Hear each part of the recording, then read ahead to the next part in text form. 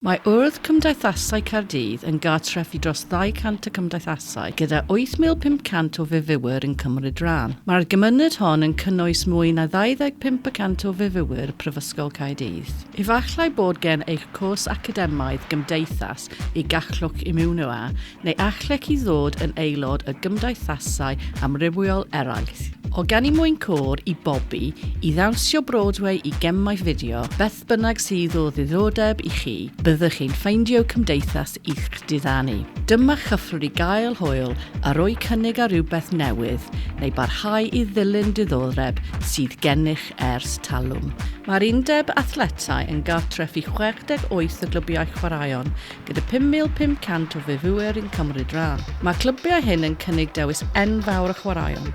Chwaraeon unigol a thîm, chwaraeon awyr agored, chwaraeon dŵr, crefftau ymladd a chlaw a mwy. Mae gan chwaraeon rôl enfawr y mywyd myfywyr ac mae dewis iang o glybiau yn rhoi gyfle i bawb gymryd rhan mwyn rhywbeth os hoffent. Y cathbwynt y calendar chwaraeon yw gem Varsity Cymru sy'n tyfu o hyd.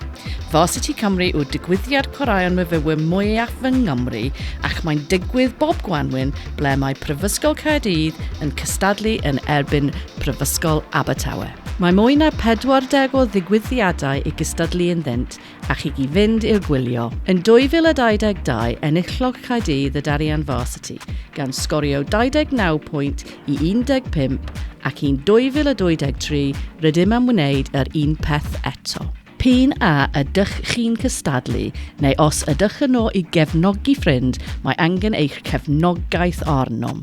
I ddarganfod mwy, dwy'ch i feriau Freshers yn yr Undeb myfywyr yn ystod pythefnos Freshers. Ond paidiwch â phoeni os nad ych chi'n gallu mynd o'i cardiffstudents.com i gael mwy o wybodaeth.